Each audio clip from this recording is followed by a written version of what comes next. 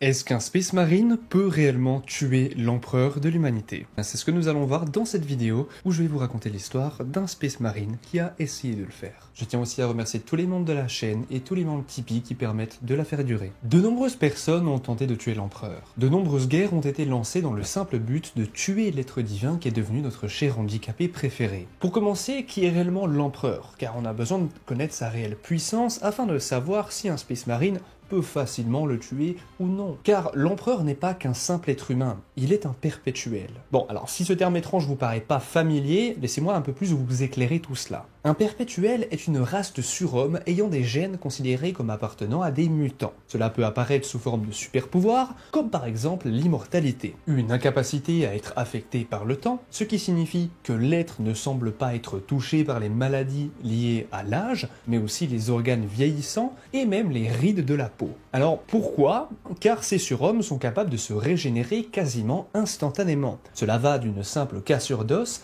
à la régénération complète de ses propres cellules. Alors oui, si ça paraît extrêmement fort, tous les cancers, toutes les maladies les plus horribles que vous pouvez imaginer, eh bien cela n'a aucun effet sur eux. Et vous allez voir, c'est bien pire que ça, ou plutôt bien plus puissant que ça. Pour réellement se rendre compte de la puissance de cette race assez étrange, dites-vous que si un perpétuel se fait couper un membre, alors oui, celui-ci aussi en bas, et je ne rigole pas, vraiment, factuellement parlant, même cet endroit-là, et c'est pas pour vous faire une blague, cela repoussera. Par exemple, un simple bras, ça finira toujours par se réparer. Si il se fait décapiter, donc couper la tête complètement, le résultat est le même. Si il se fait désintégrer par une explosion, le résultat ne change pas. Le corps de ces créatures, car soyons honnêtes, on n'est plus sur des êtres hors normes, voire des créatures, des monstres, que de réels humains. Car ces monstres, si je peux me permettre d'appeler ça grossièrement, finiront toujours par se reconstituer et se reconstruire. Et cela, même s'ils sont cliniquement considérés comme morts. Et la question que tout le monde se pose maintenant, et je vous avoue que j'ai fait des heures de recherche, lu pas loin de 100 livres, et j'ai toujours pas la réponse. Et d'ailleurs, quelle est cette question? Eh bien, comment est-ce que leurs membres peuvent se soigner? Si ils se font décapiter, justement, c'est le pire exemple, comment est-ce que cela marche? Est-ce que leurs cellules se régénèrent comme à l'origine en repoussant comme en recréant la partie manquante? Est-ce que les deux extrémités de la blessure doivent se toucher pour que les cellules agissent comme une sorte de colle? Ou alors, est-ce que c'est vraiment comme Deadpool, et le membre va repousser petit à petit en devenant un membre bébé, puis reprendre sa taille normale? Eh bien malheureusement, que ce soit dans les wikis, dans les codex, dans les romans de 40K, et même sur les forums Reddit, j'ai trouvé personne qui avait de réelles sources pour répondre à cette question. Alors, si vous avez une théorie, dites-le moi en commentaire, plutôt dites-le nous, car cela va aider énormément pour les futures vidéos. Pour revenir à notre histoire, comprenez bien que l'empereur voulait créer une race de surhommes. Alors non, c'est très différent de ce que certaines personnes aux uniformes assez stylés, mais aux franges et moustaches ont voulu faire en 39-45, car l'empereur a tout de même décidé d'appeler cette armée l'armée des Homo supérieur. Et ce n'est pas une blague, et ça peu de gens le savent. Et ce nom a été trouvé afin que l'homme oublie son passé d'Homo sapiens. D'ailleurs, pas sûr que ce soit la bonne manière de faire les choses si vous voulez mon avis pour éviter de se faire cancel sur internet. Je ne fais que réciter un lore, je ne suis que le messager. Merci internet. De nombreux Space Marines ont tenté de tuer l'empereur, mais aucun n'a eu le temps d'avoir un réel duel avec lui. Et si cela s'est produit dans un livre qui n'est pas encore sorti ou que je n'ai pas lu, comprenez bien que si cela arrive, il s'agirait seulement d'un jeu pour l'empereur, car aucun Space Marine n'arrive à la hauteur de ce dernier. Mais pourquoi choisir ce type de vidéo? Eh bien, il y a une raison à tout cela, n'est-ce pas? Car oui, dans le mystère, il y a toujours une réalité. Et dans le mystère, il y a toujours une raison à ce que l'on est en train de faire. Le Space Marine qui est à l'origine de cette vidéo est un secret, voire un murmure, un mystère. Il est le silence incarné. Il est la mort, mais aussi la vie. Il est le silence, mais aussi le bruit. Il est partout, mais aussi nulle part. Il est, mais pourtant, vous ne le voyez pas. Mes amis, parlons aujourd'hui de Cypher, le Space Marine déchu. Le seul Space Marine qui a réussi à s'infiltrer dans la salle du trône et a tenté de tuer l'empereur. Mais l'a-t-il fait? A-t-il réussi? La boisson des adorateurs de Warhammer 40 000, c'est Holy Energy, une boisson à base de New Caf, une caféine cristallisée qui dure plus longtemps et qui évite un effet de fatigue après l'avoir bu. Holy, c'est des boissons ultra faibles en calories, donc parfait pour votre santé et vous accompagner sur une perte de poids en réduisant les sodas. Mais Holy, c'est des boissons énergisantes avec la gamme énergie, des boissons pour les sportifs avec la gamme hydratation, et des boissons pour les amoureux du thé avec la gamme Iced Tea. Holy, c'est aussi parfait pour vos sessions gaming, lecture et de modélisme. Il suffit donc de prendre votre shaker, le remplir d'eau, mettez votre poudre... Pas dans le nez, dans le shaker les gars, mais ça fait le même effet. Secouez et c'est parti pour bosser en étant méga efficace. Profitez donc de 5 € de réduction sur votre première commande avec le code BrushClub5 et le code BrushClub pour moins 10% sur vos plus grosses commandes quand vous avez déjà vos goûts. En plus de ça, en ce moment, Holy vient de sortir 2 nouveautés froids, le goût pastèque hibiscus et le goût melon miel. Et bordel que j'adore les melons. Le melon. Pas que j'ai pris le melon, mais plutôt... non, vous êtes lourd, là, directement à penser à du cul. Ah, comme si j'étais aussi beauf que ça, sérieux. J'oserais pas faire ce genre de blague. Les tétés. Merci Holy de me faire confiance depuis tout ce temps, et merci à ceux qui passent par mes liens en description ou dans le commentaire épinglé, on reprend la vidéo. Cypher, l'étrange Space Marine venant du chapitre des Dark Angels, est le seul être qui n'est pas un primarque ou un être équivalent en puissance qui s'est approché autant près de l'Empereur. Il est l'un des seuls êtres encore vivants qui a voulu tuer l'Empereur à tel point que son ambition l'a amené à se faire enfermer dans les prisons des Custodes. Je parle évidemment des fameux géoles sombres qui emprisonnent les pires aliens, les pires créatures que même si l'on murmurait leur nom, vous feriez dans le froc. Cypher aurait été capturé, ou alors aurait-il exercé son propre emprisonnement? Cypher aurait-il approché l'Imperium pour se rendre de ses péchés du passé? Ou alors aurait-il commis une erreur? Cypher aurait-il vu l'avenir autant qu'il voit le présent? Ou alors Cypher s'est trompé, plus qu'il nous a dupés? Personne ne sait réellement ce que le destin réserve à ce Space Marine déchu, un ancien Dark Angel. Et vous connaissez sans doute les Dark Angels, mais saviez-vous qu'ils étaient la première légion? La seule légion qui a été utilisée dans le but de faire le sale boulot de l'Empereur. La seule légion qui fut envoyée sur des planètes afin de les exterminer et de faire des génocides. La seule légion Space Marine utilisant des armes au nom interdit. Et cela après que l'Empereur leur aurait donné ces fameuses armes. Ils sont les hommes de main de l'ombre, la CIA de Warhammer 40 000. Ou alors les services secrets. Tellement secrets que même au sein des rangs des Space Marines des Dark Angels, ils ne font prononcer les mots des secrets du passé, par peur de se faire emprisonner ou même exécuter. Oui, c'est vraiment un chapitre assez ridicule pour beaucoup de monde, et car ils sont toujours dans le secret, et cela à un niveau extrême. Pour mieux comprendre tout cela, certains Dark Angels sont devenus des traîtres, ce que l'on appelle des déchus, et Cypher en fait partie. Les Dark Angels, encore loyalistes, les traquent pour empêcher les déchus de dévoiler leurs secrets. Alors oui, je vous ai dit, parfois 40K c'est pas l'écriture la plus poussée, car souvent le but des personnages, c'est bien de montrer le ridicule de certaines choses du monde réel. Donc est-ce qu'on peut réellement dire que cela est mal écrit? Car en réalité, cela reflète probablement des traits humains. Pour en revenir à Cypher, il est pourchassé de partout. L'Imperium a envoyé des assassins ultra entraînés pour le capturer et le tuer. Les Dark Angels le chassent depuis près de 10 000 ans, et maintenant qu'il se trouve sur Terra, capturé dans les prisons sombres sous le palais impérial, l'endroit même où réside l'Empereur, Cypher attend enfin son heure. En temps normal, des dizaines, voire des centaines de guerriers Custodes, les fameux gardiens de Terra, les soldats encore plus puissants que les Space Marines, sont équipés pour repousser les pires menaces. Leur nom Custodes vient de custodien, qui signifie simplement gardien. Et ils sont les protecteurs de l'Empereur, à moitié mort sur son trône d'or. Depuis peu, les guerriers à l'armure dorée ont été envoyés pour rejoindre les rangs de certaines armées afin de représenter la parole de l'Empereur. Et cela n'est pas forcément une bonne nouvelle pour eux, car c'est maintenant que tout va partir en vrille, et que Cypher va être libéré de sa prison d'une manière mystérieuse. Et comment, me direz-vous? La raison est simple. Tout ce qui entoure ce personnage est mystérieux, car c'est Cypher, oh mon dieu. À ce moment-là de notre histoire, les Dark Angels loyalistes, alors loyalistes avec des gros guillemets, arrivent sur Terra sans annoncer leur venue. Ce qui fait que les défenses planétaires de Terra ciblent le vaisseau des Space Marines et tentent de les abattre. Mais malgré tout, ils arrivent en un seul morceau sur Terra et avancent dans la cité en tuant tous ceux qui se dressent sur leur chemin. Et je précise bien en disant tous ceux qui se dressent sur leur chemin. Cela va de simples policiers, les Arbites, aux ingénieurs et soldats, l'Adeptus Mechanicus. Rien n'empêchera les Space Marines loyalistes de capturer et tuer Cypher. S'il faut le voler à l'Imperium pour le faire, ils ne se gêneront pas du tout. S'ils doivent affronter une autre escouade de Space Marine, ils le feront tout autant. L'escouade de Dark Angel qui arrive sur Terra et qui a donc fait ce massacre pour aller sauver Cypher, ou plutôt le récupérer, finira par entrer dans le palais impérial par un passage secret qui les emmènera proche des prisons sombres des Custodes.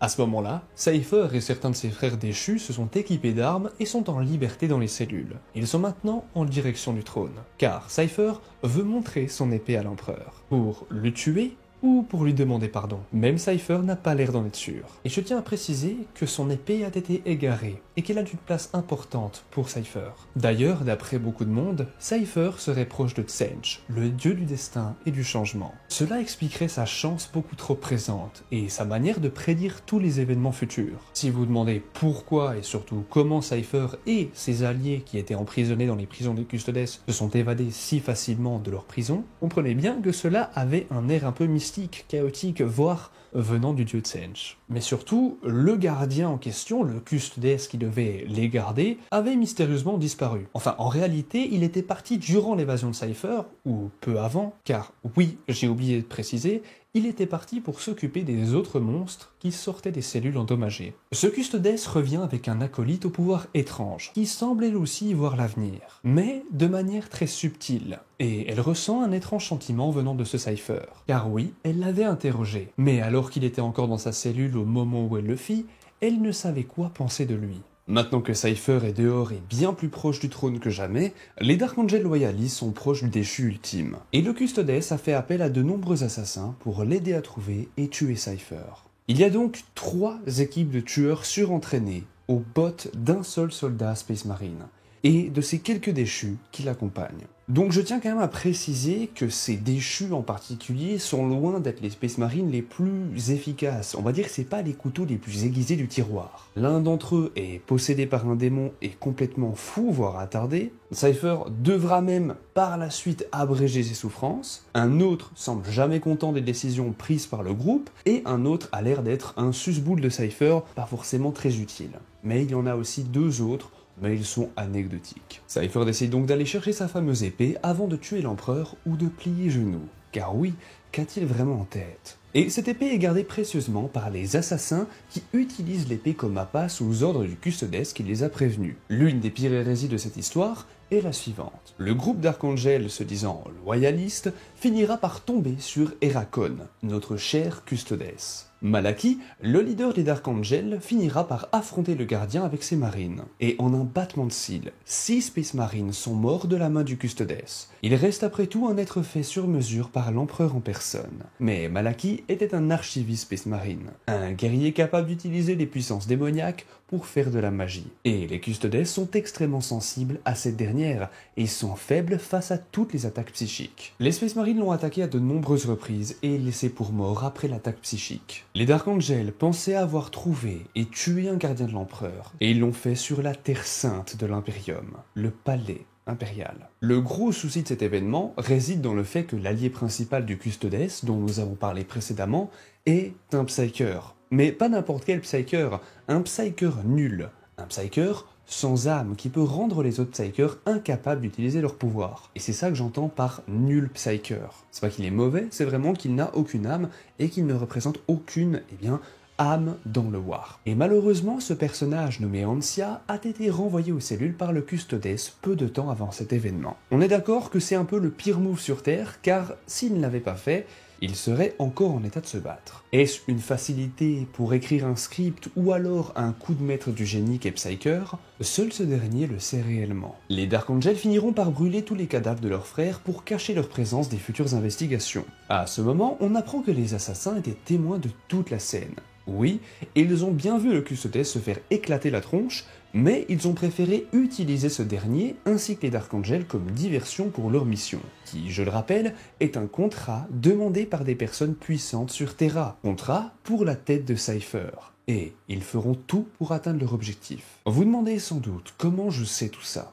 C'est simple, Cypher me l'a raconté. En réalité, c'est lui qui nous parle à travers cette vidéo. C'est lui qui nous a parlé à travers ce livre et ce récit. Car les assassins gardaient l'épée du traître sur eux pour l'appâter. Mais au final, l'appât était le chasseur. Cypher avait déjà envoyé un de ses marines pour tuer le sniper Vandicaré qui tentait de le tuer. La Calidus assassin, changeuse de forme, se fait rapidement exécuter par Cypher en personne. Puis, il récupère enfin son épée tant convoitée. Cypher est enfin prêt à rencontrer l'empereur. Oui, tout cela s'est passé extrêmement rapidement, car Cypher savait probablement que cela allait se passer ainsi. Malheureusement, ou heureusement, Cypher est rattrapé par Malaki. Ou alors Malaki est autorisé à rattraper Cypher. Malaki, le Dark Angel archiviste et ses marines réussissent à tuer les derniers compagnons déchus de Cypher. Mais pas non plus sans perte. Chaque marine loyale, encore une fois avec des énormes guillemets, je tiens quand même à rappeler que ces Space Marines ont quand même laissé un Custodes pour mort après avoir envahi Terra et tenté de libérer un prisonnier extrêmement recherché. Chacun de ces marines se fait tuer, et Malaki l'archiviste finit exécuté par le pistolet bolter légendaire de notre cher Cypher. À ce moment même, Herakon, le Custodes laissé pour mort, finit retrouvé par Antia, la Psyker, son allié. Mais il a l'air d'être en transe. Il a des visions venant d'un autre espace, un autre monde. Il croit avoir une audience avec un être d'une grandeur pure. L'empereur est en train de lui parler. Comment sait-on cela? Comment est-ce que je sais cela? Cypher me l'a raconté. Cypher nous le raconte. Et c'est Herakon qui a fait part de cette vision à l'ultime déchu. Le Custodes est en sale état, à un battement de la mort. Mais il a tout de même eu une vision de l'empereur, et que lui a-t-il partagé réellement? Personne ne le sait. Ou alors, Cypher le sait peut-être. Le Custodes, malgré son état, ne tente pas d'empêcher le déchu d'aller rencontrer l'empereur. Mais il lui dit 2 mots. Pas encore. Herakon finit par se vider de son sang, incapable d'être soigné, et notre mystérieux marine semble avoir disparu miraculeusement. Un certain temps après ces événements, 2 Custodes semblent essayer de retrouver les traces de ces meurtres et il cherche désespérément des explications. Il note les informations suivantes. Herakon, le Custodes, avait pour mission et existence de protéger le trône d'or. Et il était dans les capacités de ce dernier de tuer Cypher. Cela signifie donc que le gardien a laissé s'échapper Cypher et qu'il est digne d'être un traître. Tous les enregistrements des données des machines qui se trouvaient à proximité des prisons ont bizarrement été effacés. Et Antia, vous vous rappelez, on n'a plus parlé d'elle et de ce qui lui est arrivé. C'est simple, elle a perdu la mémoire. Comment? Eh bien, elle serait tombée dans les pommes, et en réalité, un seul homme sait ce qu'il s'est réellement passé. Finalement, les 2 Custodes ordonnent de pourchasser Cypher à nouveau. Telle est l'histoire d'un traître, telle est l'histoire d'un loyaliste, telle est l'histoire et la définition du mystère. Cypher nous a tous dupés. Pour ceux qui se demandent, et surtout qui comprennent pas comment Cypher a pu réellement être capturé sans que l'on sache qu'il s'agisse de Cypher, comprenez bien qu'il a simplement été capturé comme étant un Space Marine renégat. Beaucoup de gens sont capturés sur Terra et potentiellement emprisonnés s'ils sont considérés comme dangereux. Les Space Marines du Chaos sont considérés comme extrêmement dangereux. C'est donc pour ces raisons qu'ils se sont trouvés dans les geôles des Custodes. Rien de plus. Et Antia, la Psyker nulle, comme on en a parlé précédemment, était là pour, deviner, ou plutôt lire dans les pensées des Space Marines du Chaos, afin de savoir qui ils étaient. Mais, étonnamment, Cypher semblait avoir des pouvoirs qui permettaient, ou plutôt qui empêchait quiconque de lire dans ses pensées, car il avait toujours un coup d'avance. Et la raison, je vais vous la donner, on ne le sait pas. Cypher est bien plus puissant que tous les Space Marines du Chaos, et même les Space Marines loyalistes dits normaux. Car oui, on en parlera une autre fois, dans un futur récit, dans une future histoire. N'hésitez pas à me poser vos questions sur des questions que vous avez sur le lore de 40K, j'y répondrai en vidéo, car oui, cette vidéo est une réponse à, justement, un commentaire d'une vidéo précédente. Donc, à vos récits, dites-moi qu'est-ce que vous voulez voir comme prochaine vidéo, abonnez-vous, partagez ces vidéos, et en route pour les 25 000, les 30 000 et même les 40 000 abonnés. Merci à tous, prenez soin de vous, en description vous retrouverez tous les partenaires de la chaîne, c'est comme ça que mon salaire est payé et que je peux continuer ça sans arrêt. Combien je gagne par mois? C'est un mystère, mais probablement des millions. C'est faux, ou peut-être que non. Ok, j'arrête le RP, merci à tous pour votre soutien, prenez soin de vous et à très bientôt.